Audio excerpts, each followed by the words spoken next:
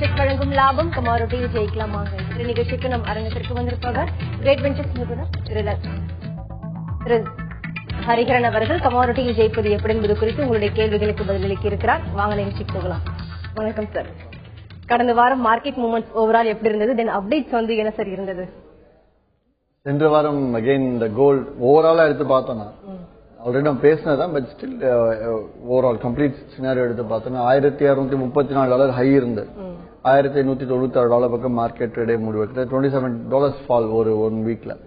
இதுக்கு ஒரே ரீசன் நம்ம சென்ற வாரம் திங்கட்கிழமை சொல்லியிருந்தோம். செவ்வாய் புதன் அன்று FOMC மீட் இருக்கு. அந்த FOMC மீட்ல இன்ட்ரெஸ்ட் ரேட் ஹைக் பண்ணுறோம் இல்ல அப்படிங்கறத ஏதாவது உடனே பண்ண போறோம் இல்ல தாமதமா பண்ண போறோம் டெசிஷன் கொடுத்தால் மட்டும் தங்கம் மாறும்னு எதிர்பார்த்தோம்.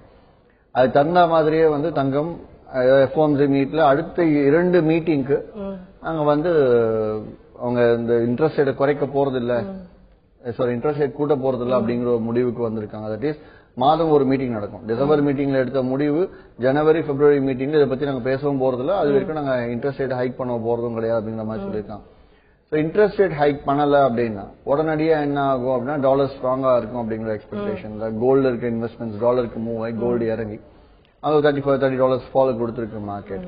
ஸோ இது நம்ம கொஞ்சம் கம்பேர் பண்ணி பார்த்தோம்னா ஒரு லாஸ்ட் வீக் நிறைய பேர் கேட்டாங்க கோல்டு ஏற ஆரம்பிச்சிருச்சு பை பண்ணலாமா, இல்ல கோல்டு $1,165 பக்கம் இருக்கு செல் போகலாமா அப்படின்னு நிறைய பேர் கேட்டாங்க. பொசிஷன் கால் ஷார்ட். ஸோ பொசிஷன் ஷார்ட் போயிருந்தாலும் இன்னும் மாட்டிருப்பாங்க. 134ல பொசிஷன் 1234ல பொசிஷன் லாங் போயிருந்தாலும் நிறுத்திக்க மாட்டிருப்பாங்க. சோ இந்த பொசிஷன் எடுக்கிறதுக்கான டைம் கிடையாது இது அப்படிங்கறதுக்கு ரீசனே வந்து அதுதான். மார்க்கெட் பியூர் ரேஞ்ச் பவுண்டா இருக்கு, பெரிய அளவு லாஸ் ஆகாதுங்கிறதுனால பொசிஷன் எடுக்கிறவங்களா இருந்தாலும் 2-3 நாளைக்கு பொசிஷன் எடுத்து ட்ரேட் பண்ணலாம். அகைன் இன்னும் அடுத்த வரக்கூடிய இந்த வாரமும் சரி அதுக்கு அடுத்த வாரமும் சரி தங்கத்தை பொறுத்தவரை பெரிய மாறுதல் எதிர்பார்க்க முடியாது. ஏன்னா வருட கடைசி அப்படிங்கறதுனால. ஏன்னா வருட கடைசியில எப்பவுமே வந்து என்ன முக்கியமாக வெஸ்டர்ன் கண்ட்ரீஸ்ல என்ன பண்ணுவாங்கன்னா ட்ரேட் எந்தவித ஒரு ஆக்டிவிட்டிஸ், அதாவது விடுமுறை நாட்கள்னே சொல்லலாம். அந்த 2 வாரங்கள் அந்த மைண்ட் செட் எல்லாம் இருப்பாங்க. பெரிய அளவுல வேலை பார்க்க மாட்டாங்க, பெரிய அளவுல இன்வெஸ்ட்மெண்ட்ஸும் இருக்காது. அதனால மார்க்கெட் ரேஞ்ச் பவுண்டா இருக்கும். ஸோ இன்ட்ராடே ட்ரேடர்ஸ்க்கு ரொம்ப ரொம்ப பெட்டர் மார்க்கெட்டா இருக்கும் நெக்ஸ்ட் 2 வீக்ஸ். அதெல்லாம் முக்கியமா கிறிஸ்துமஸ் லீவ் வந்துடுது, நியூ இயர் அன்னைக்கும் லீவ் வந்துடுது.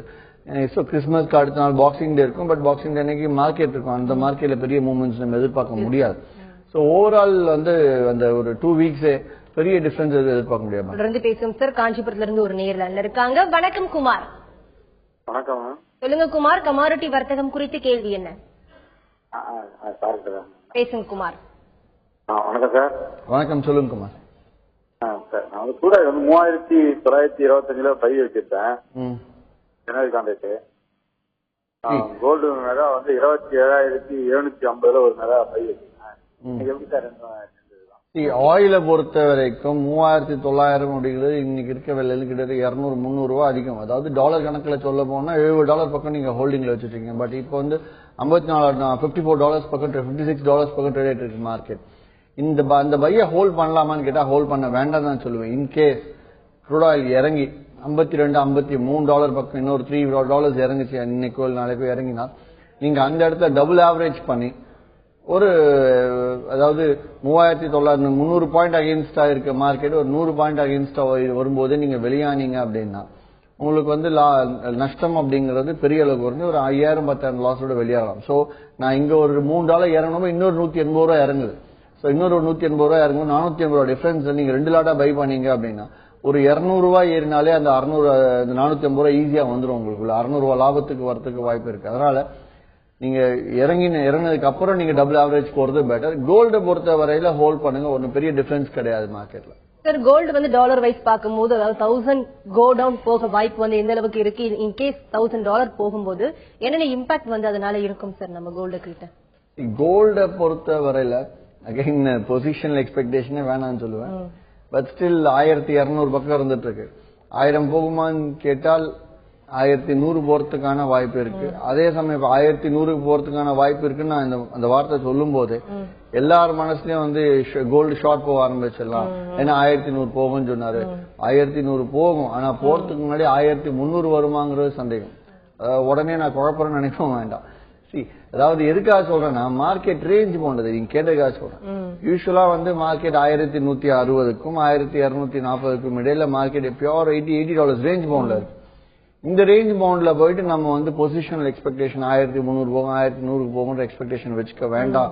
அந்த $80 ட்ரேட் பண்ற பேட்டர் தான். பொசிஷனல் கால் எடுக்கணும்னு நினைக்கிறவங்க $1160 பக்கம் வரும்போது பை பண்ணிட்டு ஒரு $5-10 ஸ்டாப் லாஸ் வச்சு அவங்க பை ஹோல்ட் பண்ணலாம். இல்ல 1230 பக்கம் போகும்போது ஷார்ட் போயிட்டு ஒரு $5-10 ஸ்டாப் லாஸ் வச்சு அவங்க ஷார்ட் மெயின்டைன் பண்ணலாம். சார் அகைன் இந்த gold and silver weak remain on subdue demand சொல்லிருக்காங்க. இந்த சப்டியூ டிமாண்ட்னா என்ன? சப்டியூ டிமாண்ட் ஆல்ரெடி டிமாண்ட் குறைஞ்சிட்டே போகுது. அதாவது இறங்கிட்டே போயிட்டு குறைஞ்சிட்டே போயிட்டு இருக்கு. எதிர்பார்ப்பு டிமாண்டோட எதிர்பார்ப்பு குறைஞ்சிட்டே போகுதுங்க சப்டியூ டிமாண்ட் அப்படின்னு. அந்த டிமாண்ட் வந்து ஆல்ரெடி டாலர் ஸ்ட்ராங் ஆயிட்டு இருக்கிறதுனால ஓவரால் இன்வெஸ்ட்மெண்ட்ஸ் டாலர் பக்கம் போகுது, கோல்டு பக்கம் குறையுது ஒரு பக்கம்.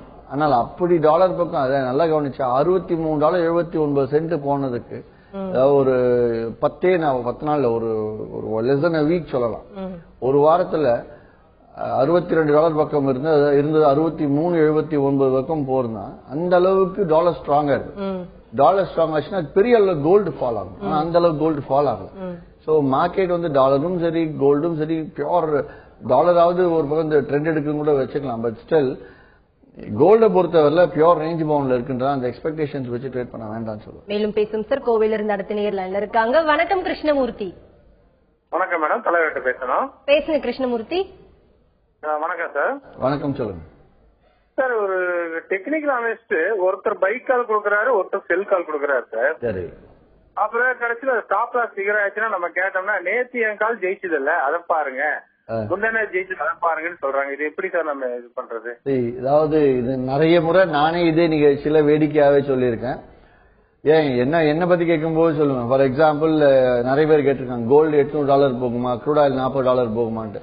$40 போகும் ஆமான்னு சொல்லிட்டேன்னா நடந்தால் நான் ஹரிஹரன் சொன்னது சரி, நடக்கலன்னா என்ன அவர் சொல்லி நடக்கலப்பா அப்படிங்கிற மாதிரி ஆகும். ஸோ அதனால அந்த எக்ஸ்பெக்டேஷன்ஸ் வேணாம்னு சொல்றேன். இந்த பக்கம் டிப்ஸை பொறுத்த வரையில எப்பவுமே சொல்றேன், நீங்க நிகழ்ச்சி பாக்குற யாரு வேணாலும் ஒரு டிப்ஸ் கம்பெனி ஆரம்பிச்சுட்டு ரெண்டு கம்பெனி ஆரம்பிச்சு ஒரு கம்பெனில போய் ஒரு கம்பெனில செல் கொடுத்தாங்க அப்படின்னா ஏதோ ஒன்று நடக்கதானே போகுது. ஸ்டாப் லாஸை கொடுத்துட போறாங்க, ஸ்டாப் லாஸ் ஹிட் ஆச்சுன்னா ஸ்டாப் லாஸ் ஹிட்னு மெசேஜ் அனுப்புறாங்க. இதுதான் இருக்கும். ஸோ அந்த மாதிரி டிப்ஸ் வாங்கி ட்ரேட் பண்றது இன்னைக்கு நிறைய பேர் தப்பு பண்ணிட்டு இருக்கீங்க. டிப்ஸ் வெளியில இருந்து வாங்குறத நீங்க குறைச்சிக்கலாம், நிப்பாட்டிக்கலாம். என் மொபைலுக்கே பாத்தீங்கன்னா ஒரு நாளைக்கு 4 கம்பெனி மெசேஜ் வருது. என்னன்ட்டு, அதாவது 20,000 நீங்க கொடுங்க, லாபம் வந்தா நீங்க வச்சுக்கோங்க, இல்லைன்னா 20,000 ரிட்டர்ன் பண்ணிடுறோம். நம்மளோட பணத்துல ரிஸ்க் எடுக்கிறதுக்கு அவங்க யாரும் நீங்க யோசிச்சு பார்க்கணும். நீங்க நினைப்பீங்க 20,000 திருப்பி கொடுத்துறேன்றாங்களே நம்ம ரிஸ்க் எடுக்கலாமே. அவன் 20,000 கொடுத்துல உங்க கையில 1 லட்ச ரூபா போயிருக்கும், 50,000 போயிட்டு இருக்கும். அதுக்காக எதுக்கு உங்க பணத்துல அவன் ரிஸ்க் எடுக்கணும்? அவனே ட்ரேட் பண்ணிக்க, அவன் ட்ரேட் பண்ண தெரியலங்கிறதால டிப்ஸ் கொடுக்கறாங்கிறத நீங்க புரிஞ்சுக்கணும். யாரு ஒருத்தருமே கன்ஃபார்மா வந்து நல்லா தெரிஞ்ச ஒரு விஷயத்த வெளியில சொல்ல மாட்டாங்க. அப்படி இருக்கும்போது நான் திருப்பி சொல்றது. அப்புறம் நீங்க என்ன பண்றீங்கன்னா லெவல்ஸ், அந்த லெவல்ஸ் கூட என்னோட ரிசர்ச்ல வெறும் 20% தான். இன்னும் 80% நிறைய விஷயங்கள் கத்துக் கொடுக்க வேண்டிய தெரிஞ்சுக்க வேண்டியது இருக்கு. இந்த 20% லெவல்ஸே நான் 2 வருடமா சொல்லி கொடுத்து இப்பதான் எல்லாருமே பிராக்டிஸ் பண்ணி நஷ்டத்தை பெரிய அளவு குறைக்க ஆரம்பிச்சிருக்காங்க. சோ அதனால அந்த மாதிரி வந்து டிப்ஸ் வெளியில யாருன்னே தெரியாம வாங்கி நீங்க ட்ரேட் பண்ணி பழகாதீங்க. ஏன்னா எப்படி, அதாவது நல்லா கேளுங்க, ஒரு நல்ல டிப்ஸ் மேக்கிங் கம்பெனி, டிப்ஸ் கொடுக்குற கம்பெனி, ஃபேண்டாஸ்டிக் கம்பெனி இருக்குன்னா இந்நேரத்துக்கு டீ போல பறந்துருக்கணுமா? எனக்கு எல்லாருக்கும் தெரிஞ்சிருக்கும். எல்லாருக்கும் அப்படி ஒரு நிறுவனம் தெரிய ஆரம்பிச்சுதான் நிறுவனம் ரிஸ்க்ல வரப்போகுதுன்னு அர்த்தம். ஏன்னா எல்லாருமே பை கால் கொடுத்து எல்லாரும் பை பண்ணா யாராவது செல் பண்ணுவாங்க. அதனால டிப்ஸ் மேக்கிங்கே மறந்துருங்க. ஒன்னு சார்ட் வைஸ் போங்க, இல்ல கிரேட் வெஞ்சர்ஸ் லெவல்ஸ் கொடுக்காம அதாவது லெவல்ஸ் ஏதாவது கிடைச்சுன்னா லெவல்ஸை வச்சு போறதா நல்லதுன்னு சொல்லுவேன். டிப்ஸ் எல்லாம் நம்பாதீங்கன்னு சொல்லுவேன். அதாவது ரொம்ப அக்யூரேட்டா இருக்கும். நீங்க கவனிக்கலாம், கோல்டு வந்து இந்த ரேட்ல பைனா கரெக்டா ரேட்ல பை ஆகும், டார்கெட் டச் ஆயிட்டுனா மார்க்கெட் திரும்ப உடனே வந்து அது ரொம்ப பெரிய நிறுவனம்ன்ற மாதிரி நம்ம நினைச்சிடும். பட் அது நிரந்தரமா யாராலும் கொடுக்க முடியாது. அன்னைக்கு சார்ட் வைஸ் கரெக்டா அந்த ஃபார் எக்ஸாம்பிள் ஃபெமினாசி ரிட்ரேஸ்மெண்ட்ஸ்லயே மேல அந்த ப்ராப்பர் ரெசிஸ்டன்ஸ் லெவலில் போய் டச் பண்ணிட்டு மார்க்கெட் ரிவர்ஸ் ஆச்சு அப்படின்னா உடனே அந்த ரெசிஸ்டன்ஸ் லெவல் டச் ஆச்சுன்னு சொல்லலாம். ஏன் இப்ப கிரேட் வெஞ்சர்ஸ் லெவல்ஸே நீங்க க்ரூட் எடுத்து பாத்தீங்கன்னா 22 நாள்ல 10 நாள் வந்து கரெக்டா வந்து நம்ம கொடுத்த டார்கெட் தான் ஹையா இருக்கும், செல் சைட் டார்கெட் தான் வந்து லோவா இருக்கும். அந்த மாதிரிலாம் மார்க்கே இருக்கு. அதனால டிப்ஸ் அப்படிங்கறது எடுத்துக்காதீங்க. தொடர்ந்து பேசும் சார். கும்பகோணத்துல இருந்து நெக்ஸ்ட் காலர் லைன்ல இருக்காங்க. வணக்கம் Aravind. Hello, good morning sir. பேசுங்க Aravind. Good morning sir. Good morning Aravind. Sir இப்ப மார்க்கெட்ல வந்து நம்ம வந்து அனலைஸ் பண்ணும்போது ஒரு ஈஓடி சார்ட் எடுத்துட்டு இந்த விலைக்கு இதுக்கு முன்னாடி என்னென்ன நடந்துச்சு அப்படின்ற விஷயத்த கவனிச்சு, for example trend line, support, retracement இந்த மாதிரி விஷயங்களை வந்து கவனிச்சு ட்ரேட் பண்ணும்போது நல்ல ஒரு விஷயமா, இல்ல வந்து நம்ம வந்து ஒரு இண்டிகேட்டர்ஸ், ஃபார் எக்ஸாம்பிள் ஒரு moving average, heikin ashi or any other indicators இது மாதிரி ஃபாலோ பண்றது நல்லது. ஆனா இந்த மாதிரி இண்டிகேட்டர்ஸ் படி நம்ம ஃபாலோ பண்ணி போகும்போது, ஃபார் எக்ஸாம்பிள் ஒரு சூப்பர் ட்ரெண்ட்ஸே இருக்கட்டும், இல்ல எனி அதர் இண்டிகேட்டர் இருக்கட்டும், நம்ம வந்து ஒரு கண்மூடித்தனமா வந்து ஒரு பை பண்ணிட்டோம் அப்படின்னா நம்ம டார்கெட் வந்து நம்ம ஒரு ஃபார் எக்ஸாம்பிள் ஒரு 7 பாயிண்ட்ஸ் ஒரு 10 பாயிண்ட்ஸ் அந்த மாதிரி புக் பண்ணிடுறோம். பட் ஸ்டாப் லாஸ் வந்து பாத்தீங்கன்னா அடிக்கும் போது நம்ம சேர்த்து வச்ச பணத்தெல்லாம் ஒரேடியா நம்ம இழக்கிற மாதிரி ஒரு சூழ்நிலை வந்து உருவாகுது. பட் நம்ம இது மாதிரி நம்ம அனலைஸ் பண்ணி இதுக்கு முன்னாடி என்ன நடந்துச்சு, இந்த மாதிரி இடத்துல வந்து நடக்கும்போது என்ன நடந்துச்சு அப்படி அனலைஸ் பண்ணி எடுக்கும்போது கேரி ஃபார்வர்ட் ரிஸ்க் இருக்கு. பட் கேரி ஃபார்வர்ட் இப்ப நான் பர்சனலா வந்து பாத்தீங்கன்னா இது மாதிரி ட்ரேட் பண்ணும்போது நல்லா சம்பாதிச்சிருக்கோம். ஒரு நாள் கேப் அப் கேப் டவுன்ல வந்து பணத்தெல்லாம் மொத்தமாவும் விட்டுருக்கேன் நான். ஆனா மார்க்கெட்ல வந்து எப்படி இன்னும் எல்லா விஷயம் நல்லா கரெக்டா பண்ற மாதிரி இருக்கு. பட் ஒரு தவறால எல்லாமே போற மாதிரியான சூழ்நிலையும் மார்க்கெட்ல இருக்கு. இந்த வந்து எப்படி நம்ம அரவிந்த் கொஞ்சம் லைன்ல இருங்க. நீங்க வந்து ரிசர்ச் முழுக்க நீங்க ஆராய்ச்சியில தான் ஈடுபட்டு இருக்கீங்க. மாத வருமானம் உங்களுக்கு இத்தனை சதவீதம் வேணும்ட்டு நீங்க எந்த மாதமா பிளான் பண்ணி அந்த சதவீதம் வருமானம் வந்ததுக்கு அப்புறம் ட்ரேடிங்க ரொம்ப கேர்ஃபுல்லா குறைச்சிக்கிட்டு ட்ரேட் பண்ணிருக்கீங்களா? இல்ல அப்படி பண்ணது இல்ல சார். அதுதான் சிம்பிள். சரி, அதுதான் சொல்ல வரேன். ஏன்னா நீங்க பேசும்போது தெரிஞ்சிச்சு நீங்க அந்த வேலை செஞ்சிருக்க மாட்டீங்க. ஏன்னா நீங்க ஆராய்ச்சியில ஈடுபடுற உங்களுக்கு நீங்க கேக்குறீங்கன்னா நீங்க இன்ட்ராடே எடுத்தாலும் ஏதோ ஒரு இடத்துல லாஸ் ஆகாதான் போகுது, ஸ்டாப் லாஸ் ஹிட் ஆகும் அதிகமா லாஸ் ஆகாதான் போகுது. அதே நீங்க சார்ட் வைஸ் எடுத்தாலும் கேரி ஃபார்வர்ட் எடுத்தாலும் அதே ப்ராப்ளம் தான் வரப்போகுது.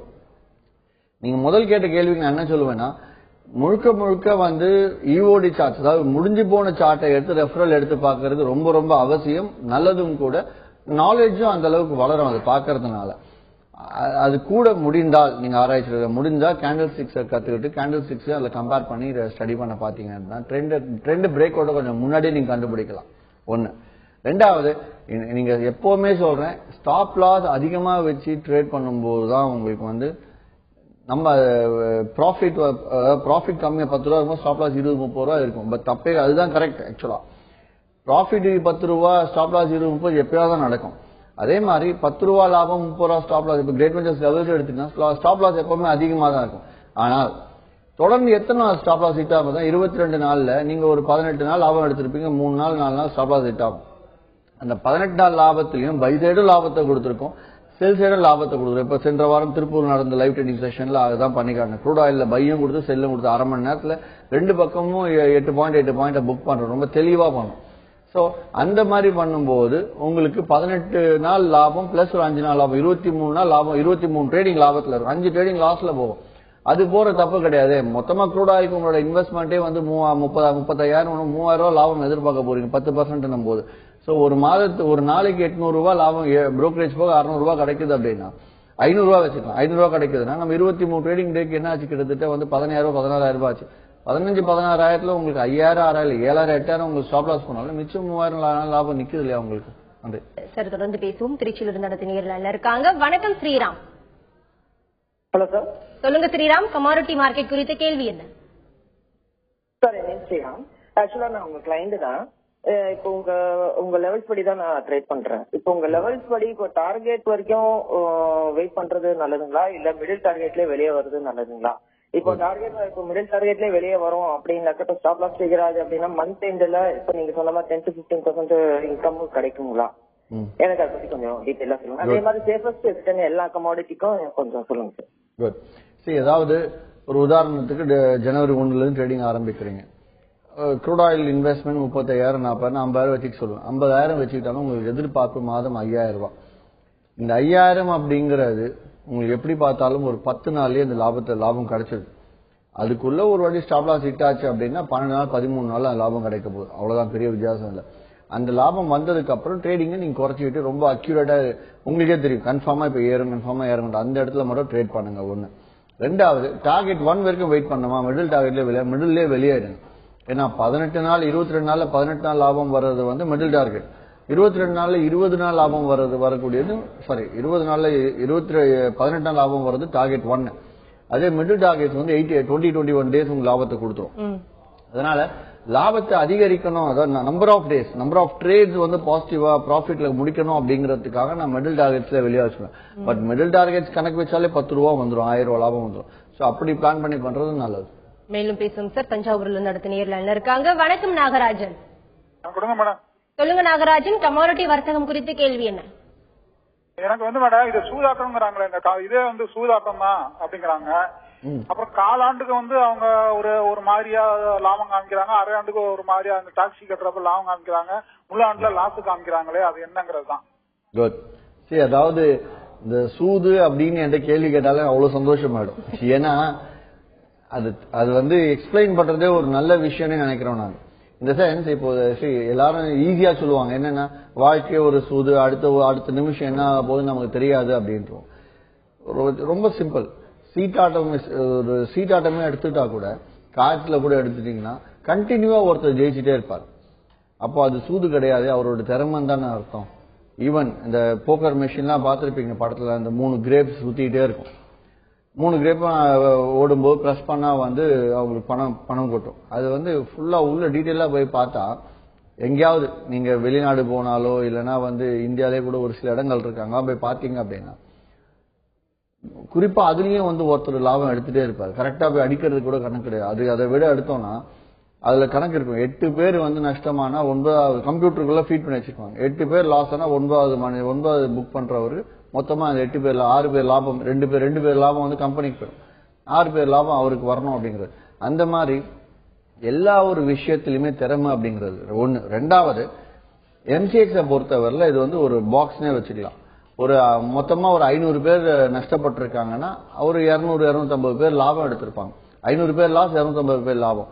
ஏன்னா ஒவ்வொரு நாளும் எம்சிஎக்ஸ் முடியும் போது அந்த எக்ஸ்சேஞ்சோட க்ளோசிங் பேலன்ஸ் என்னன்னு பார்த்தா 0.00 ஒண்ணுமே இருக்காது, வெறும் 0 தான். அப்படி இருக்க இடத்துல எப்படி வந்து ஒருத்தரோட சூதுன்னு சொல்லலாம். இப்ப நீங்க லாபம் எடுத்தீங்கன்னா ஒருத்தரோட நஷ்டம் தான் உங்களோட லாபம். அதே மாதிரி நீங்க நஷ்டப்பட்டா இன்னொருத்தருக்கு லாபம் போகுதுன்னு தான் அர்த்தம். இது ஒரு பக்கம். அடுத்து எந்த ஒரு தொழிலா எடுத்துக்கிட்டாலும் ஒரு 10 பேர் ஒரே தொழிலே செய்யறாங்க. இல்ல உங்களுக்கு தெரிஞ்ச உங்களுக்கு நல்ல தொழில் நினைக்கிற தொழில் ஒரு 10 பேரை கொடுங்க, 10 பேருமே லாபம் பார்த்தாங்கன்னா அது சூது கிடையாதுன்னு சொல்லலாம். 10 பேர்ல 3 பேர் தான் லாபம் பார்ப்பாங்க, அப்ப அதுவும் சூது தானே. எந்த 3 பேர் லாபம் பார்ப்பாங்க தெரியுமா? உங்களுக்கு தெரியாது. சோ இத சொல்ற விவரம் தெரியாதவங்களும் இந்த தொழிலை பத்தி திறமை இல்லாதவங்களும் அதை சூதுன்னு சொல்லுவாங்க. அதை நீங்க நம்ப கூடாது. நன்றி சார். தொடர்ந்து பேசுவோம். ஈரோட்ல இருந்து அடுத்த நேர்ல இருக்காங்க. வணக்கம் பிருந்தா. வணக்கம். சொல்லுங்க பிருந்தா, கமாடிட்டி வர்த்தகம் குறித்து கேள்வி என்ன? ஹரி சார் பேசுங்க. பேசுங்க பிருந்தா. சார், இன்னைக்கு காப்பரோட ட்ரெண்ட் எப்படிங்க சார்? ஏறுங்களா இறங்குங்களா? கொஞ்சம் லெவல் சொல்றீங்களாங்க சார்? இன்னைக்கு மண்டே அப்படிங்கறதுனால பெரிய எக்ஸ்பெக்டேஷன் வேண்டாம். மதியம் 1:30 மணிக்கு தான் எல்எம்இ மார்க்கெட்டே ஓப்பன், இன்வென்ட்ரி வெளியாகும். பட் ஸ்டில் நம்ம லெவல்ஸ் என்ன சொல்லுதுன்னா 409.75 மேல ஏறினா பை பண்ணுங்க. 412.20 பக்கம் டார்கெட் இருக்கு. இருந்தாலும் நீங்க ₹1 லாபத்துல வெளியாகலாம். இதே 405.70 போச்சுன்னா செல் போங்க, அதுல 80 லாபத்துல வெளியாகலாம். நன்றி சார். அதாவது இந்த பிரேக்கு முன்னாடி ஒரு நேயர் கேட்டுட்டு இருந்தாரு, அதாவது கமாடிட்டி வாங்கணும்னா சூதான் கேட்டுட்டு இருந்தாரு. அதே மாதிரி நிறைய ட்ரேடர்ஸ் வந்து இப்போ இன்ட்ரெஸ்டா இருப்பாங்க. அதாவது மந்த்லி நம்ம இவ்வளவு ரிட்டர்ன்ஸ் எடுக்கலாம், மினிமம் அமௌண்ட் போடுங்க, மந்த்லி வந்து 50% வந்து அந்த இன்வெஸ்ட்மெண்ட்ல இருந்து தரேன்னு சொல்லுவாங்க. ஃபார் எக்ஸாம்பிள் 10,000 நீங்க இன்வெஸ்ட் பண்ணுங்க, 5,000 மந்த்லி ரிட்டர்ன் சொல்றாங்க. இது எந்த அளவுக்கு உண்மையானது? இதை பத்தி விரிவா சொல்லுங்க சார். ஈவன் அதுலயே ஒரு பாயிண்ட் பிரேக் ஸ்டாப் பண்ணிட்டேன். அந்த பாயிண்ட் என்னன்னு பார்த்தோம்னா, ஈவன் அந்த டாபிக் சூது அப்படி கேம்லிங்கிற டாபிக் எடுத்தாலும் கிட்டத்தட்ட 23 முறை லைவ் ட்ரேடிங் செஷன் நடத்திருக்கேன் கடந்த ஒரு வருடத்துல. புதன்கிழமை நடத்திருக்கேன், வியாழன் நடத்திருக்கேன், திங்கள் நடத்திருக்கேன், எப்பாலும் நடத்துவேன். இன்னைக்கு கூட லைவ் ட்ரேட் பண்ணி காட்டுவேன். சோ இந்த லைவ் ட்ரேடிங் செஷன்ல யாருன்னே தெரியாம இதுவரையில ஒரு 4,500 பேர் என் முன்னாடி உட்காந்து மொத்தமா 23 லைவ் ட்ரேடிங்ல அவங்களே ட்ரேட் பண்ணி அவங்களே லாபம் பார்த்திருக்காங்க. அது எப்படி எடுக்கணும் அப்படிங்கிற பயிற்சியும் கொடுத்து 4,500 பேரும் நம்பி கண்டிப்பா இது எடுக்க முடியும்ன்ற ஒரு நம்பிக்கை அவங்களும் ட்ரேடிங் பண்ண ஆரம்பிச்சிருக்காங்க. சோ இப்படி லைவ் ட்ரேடிங் பண்ணி டைரக்டா நான் ப்ரூவ் பண்ணி காட்டுறேன் அப்படின்னா அதை வந்து கேம்லிங் யாரும் சொல்லவே முடியாது. நம்பர் 1. இரண்டாவது, மற்றொரு பக்கம் என்ன ஆகுதுன்னா, ட்ரேடிங் பண்றதுக்கு நிதானமோ இல்ல ட்ரேடிங் கத்துக்கணுங்கிற ஒரு இன்ட்ரெஸ்டோ இதெல்லாம் இல்லாதவங்க என்ன பண்றாங்க, போயிட்டு கம்பெனில நீங்க ட்ரேட் பண்ணி தரீங்களான்னு கேக்குறாங்க. அவங்களும் சரி புரோக்கரேஜ்க்கா கொடுங்க, நான் ட்ரேட் பண்ணி தரேன்னு பணம் வாங்கிக்கிறேன். கடைசியில வந்து ட்ரேடிங் அதிகப்படுத்தி புரோக்கரேஜ் ஏர்ன் பண்ணிட்டு கிளைண்ட் காணாம போகுது. இது ஒண்ணு. இன்னொன்று, மல்டி கமாடிட்டி எக்ஸ்சேஞ்ச்ல ரெஜிஸ்டரே ஆகாத போலி நிறுவனங்கள் ஒரு பக்கம். அவங்க என்ன பண்றாங்க, நீங்க பணம் கொடுங்க, மாசம் 10% கொடுக்குறேன்னு பணம் வாங்கி மொத்தமா தூக்கிட்டு ஓடிடுறது.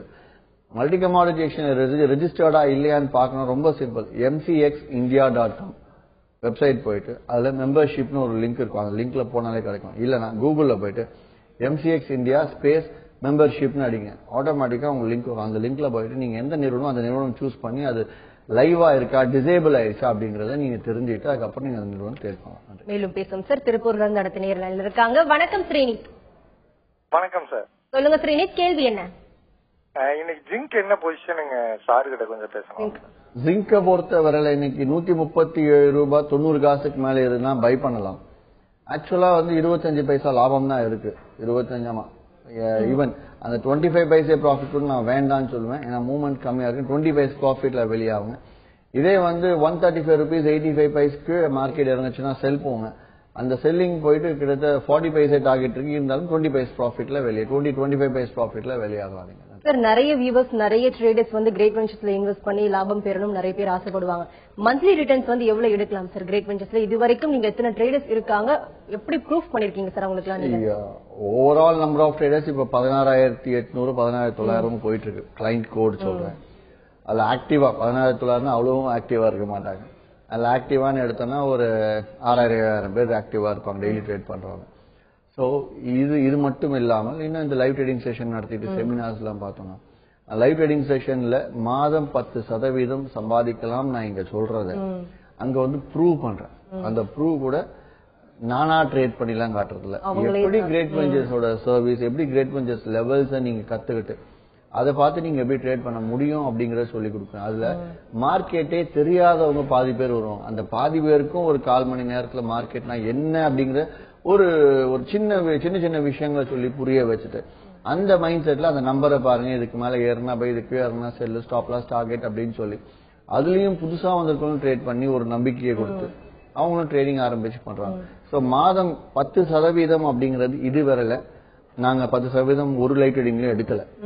எவ்வளவு எங்க கணக்கு எவ்வளவு வருதுன்னா மாதம் 50% 30% தான் வந்துட்டு இருக்கு லாபம் எடுக்கிறது. 10% ரொம்ப குறைவா இருக்கு. ஒரு ரீசெண்டா கடைசியா வந்து கோயம்புத்தூர் ரொம்ப டெட் மார்க்கெட் ஒரு 8,000 ரூபாய் லாபம் வந்து எல்லாம் போக 7,600 ரூபாய் நிக்குது. அந்த 7,600 நம்ம 22 நாள் ட்ரேடிங் டே 1.5 லட்சம் ரூபாய் லாபம். மொத்தம் 1.5 லட்சத்துல மொத்தமா இன்வெஸ்ட்மெண்ட் அன்னைக்கு தேவையான பணம் 6 லட்சம் தான். 6 லட்ச ரூபாய் இன்வெஸ்ட்மெண்ட் பண்ணி ரொம்ப வஸ்டான மார்க்கெட்ல ஒரு 1.5 லட்ச ரூபாய் லாபம் எடுக்க முடியுது அப்படின்னா 6 லட்சம் இன்வெஸ்ட்மெண்ட் தேவையான பணம் 60,000 ரூபாய். 1.5 லட்சத்துல 60,000 போச்சுன்னா மிச்சம் 90,000 ரூபாய் நம்ம ஸ்டாப் லாஸ் புரோக்கரேஜ் தூக்கி உரம் போட்டாலும் we still make good money. அதாவது 20% தான் லீஸ்ட் ப்ராஃபிட்டே கொடுத்துருக்கு. பெஸ்ட் ப்ராஃபிட் 6 லட்சம் இன்வெஸ்ட்மெண்ட் ஒரு நாளைக்கு 29,000 கொடுத்துருக்கு இதே கோயம்புத்தூர்ல. சோ அது மாதிரி ஃபர்ஸ்ட் கேஸே வந்து ப்ராஃபிட்ல தான் முடியுது அப்படின்னும் போது அந்த 10% மாதம் என்ன முதலீடு செய்யணும் மாதம் 10% ரொம்ப பெரிய ரிட்டர்ன் தான். அந்த ரிட்டர்ன் வந்து நாங்க கொடுக்கல, நீங்களா ட்ரேட் எடுக்க போறீங்கன்றது ரொம்ப முக்கியமான ஒரு விஷயம். நன்றி சார். நீங்க அரங்கத்துக்கு வந்து கமாடிட்டி மார்க்கெட் குறித்து பலவிதமான ஏற்றம் இறக்கங்கள் குறித்து நிறைய விஷயங்கள் பகிர்ந்து கேட்டீங்க. குறிப்பா நேரில் கேட்ட ஒவ்வொரு கேள்விக்கும் ரொம்ப பொறுமையா பதிலளிச்சிங்க. அதுல ஸ்பெஷலா பாத்தீங்கன்னா டார்கெட் 1 வர இருக்கும் வெயிட் பண்ணலாமா, இல்ல டார்கெட் மிடில் டார்கெட் வந்து வெயிட் பண்ணலாமா என்பதை பத்தி சொன்னீங்க. தென் கேம்பிளிங் அண்ட் ஃபோர்ஜரி கம்பெனிஸ் பத்தி நிறைய விஷயங்கள் சொன்னீங்க. நன்றி சார். நன்றி. வணக்கம். கிரேட் வெஞ்சர்ஸ் வழங்கும் லாபம் கமாடிட்டியில் ஜெயிக்கலாமாக நிகழ்ச்சிக்கு இன்று நம் அரங்கத்திற்கு வந்திருப்பவர் கிரேட் வெஞ்சர்ஸ் நிறுவனர் திரு ஹரிஹரன் அவர்கள். கமாடிட்டியில் ஜெயிப்பது எப்படி என்பது குறித்து அவர்கள் சொன்ன பலவிதமான தகவல்கள் உங்களுக்கு ரொம்ப யூஸ்ஃபுல்லா இருந்திருக்கும். மீண்டும் சந்திப்போம். வணக்கம்.